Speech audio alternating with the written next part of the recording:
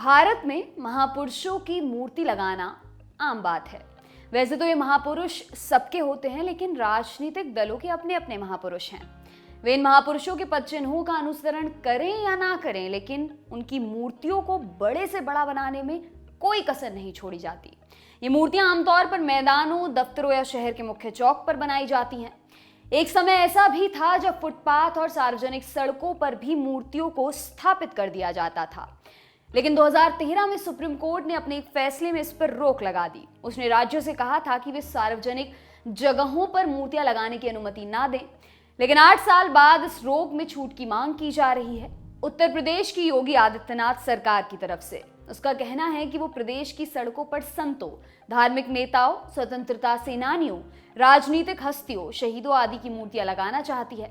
ऐसा करने के पीछे सरकार के अपने तर्क हैं, लेकिन पहले सुप्रीम कोर्ट के फैसले के बारे में जानते हैं। सुप्रीम कोर्ट ने 18 जनवरी 2013 को एक फैसला दिया, जिसमें कहा गया, राज्य सरकारों को सार्वजनिक सड़कों अथवा फुटपाथों पर किसी भी मूर्ति की स्थापना या संरचना के निर्माण की अनुमति नहीं दी जाएगी। यह आदेश पूर्व chief justice of India RM Lodha और सुप्रीम कोर्ट के पूर्व न्यायाधीश SJ मुखोपाध्याय की पीठ ने तत्कालीन केरल सरकार के खिलाफ दिया था। उसने राष्ट्रीय राजमार्ग पर एक नेता की मूर्ति के निर्माण की अनुमति देने के लिए दायर एक आवेदन पर विचार करते हुए यह आदेश दिया था। पीठ ने कहा था, समय आ गया है कि सड़कों से सटे सार्वजनिक स्थानों पर मंदिरों, मस्जिदों, चर्चों और गुरुद्वारों के निर्माण पर प्रतिबंध लगा दिया जाए।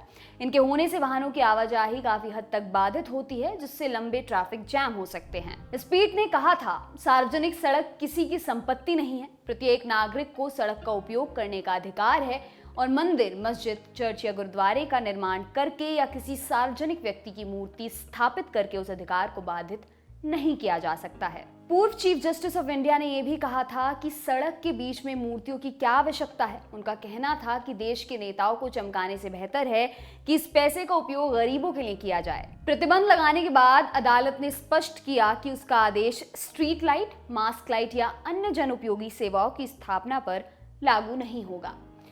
इस आदेश के बाद पूर्णतः नहीं तो बहुत बड़े स्तर पर फुटपाथों और सड़कों पर मूर्तियां बनना बंद हो गईं। लेकिन 8 साल बाद उत्तर प्रदेश की योगी आदित्यनाथ सरकार इस मुद्दे को फिर से उठा रही है। बीते साल यूपी सरकार ने सार्वजनिक स्थानों पर मूर्ति नहीं लगाने के सुप्रीम कोर्ट के आदेश को हटाने के लिए एक याचिका दायर की थी। बीती 19 जुलाई को इसकी सुनवाई होनी थी, लेकिन राज्य सरकार के वकील के अनुरोध पर इसे 2 सप्ताह के लिए टाल दिया गया। हालांकि उससे पहले इस मुद्दे पर यूपी सरकार का रुख सामने आ गया था। उसने सार्वजनिक स्थानों पर मूर्तियां लगाने का समर्थन किया है। योगी सरकार का तर्क है, कई बार किसी धार्मिक या राजनीतिक व्यक्ति की मूर्ति को एक पिकनिक स्थल या कुछ समान रूप से अप्रयुक्त या उपेक्षित भूमि के विकास के लिए खड़ा करना उपयुक्त होता है। ये मूर्तियां उस स्थान को विकसित और ठीक से स्थापित करने में मदद करती हैं। यूपी सरकार ने प्रतिमाओं की स्थापना के लिए 2013 के प्रतिबंध पर ढील देने की मांग करते हुए कहा, रोड डिवीजन पर मूर्तियों को स्थापित करने से आम जनता को असुविधा नहीं होगी और सौंदर्य उद्देश्यों की पूर्ति होगी। ऐसे सार्वजनिक स्थानों पर मूर्तियां स्थापित करना उस क्षेत्र के लोगों को उनकी सांस्कृतिक जड़ों से जोड़ता है।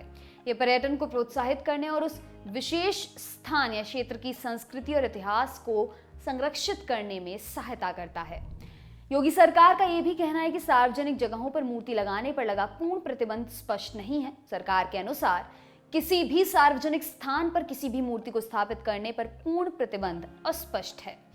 आबादी और आने वाली पीढ़ियों में देशभक्ति और मूल्यों की भावना पैदा करने के लिए स्वतंत्रता सेनानियों, शहीदों और महान भारतीय संतों की मूर्तियों को स्थापित करने के लिए दिशा निर्देश जारी किए जा सकते हैं। मूर्तियों के होने से जगह के सौंदर्यपूर्ण दिखने और बिना किसी कारण के बेहतर रखरखाव में मदद मिलेगी। ये तो हो गए योगी सरकार के तर्क। अब देखना यह है कि क्या केवल तर्कों से सुप्रीम कोर्ट अपना 8 साल पुराना फैसला पलट देगा या योगी सरकार को इसके लिए कुछ ठोस कारण भी पेश करने होंगे। आपके लिए खबर लिखी है हमारे साथी दुष्यंत ने। मेरा नाम है दिव्यांशी। देखते रहिए दी लल्लन टॉप। शुक्रिया।